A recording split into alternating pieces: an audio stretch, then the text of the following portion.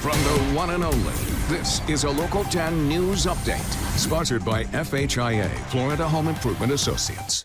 Good evening, everyone. I'm Nicole Perez. And I'm Calvin Hughes, and here's a look at the stories making news on this Thursday night. A brutal brawl caught on camera at Coconut Creek High School. Two 15-year-old boys are seen throwing punches at each other inside the school on Coconut Creek Parkway and Lyons Road.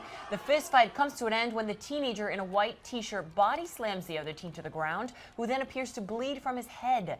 That teen was rushed to Northwest Medical Center with serious injuries. The other teen was arrested and charged with aggravated battery.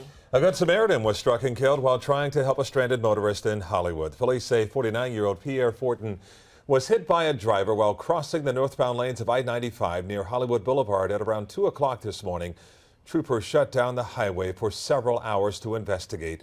Police are still searching for the driver who took off. Tragedy unfolding in Central Florida after a deadly plane crash. Witnesses say the small plane nosedived along a busy street in Ocala, about 40 miles south of Gainesville, and clipped the top of an SUV before hitting a pole and going up in flames. The two people on board the aircraft died at the scene. The driver of the SUV suffered serious injuries. Listen to Local 10's podcast, The Florida Files, wherever you are, whenever you want. Just say, Alexa, play the Florida Files podcast. Getting the latest episode of Florida Files. Here it is from TuneIn. Previously on the Florida Files. Or just ask Siri, I want to hear the latest Florida Files podcast. Here's the newest episode of the Florida Files. Get the Florida Files on Alexa, Google Home, or Apple devices just by saying play the Florida Files podcast. The Florida Files from the one and only Local 10.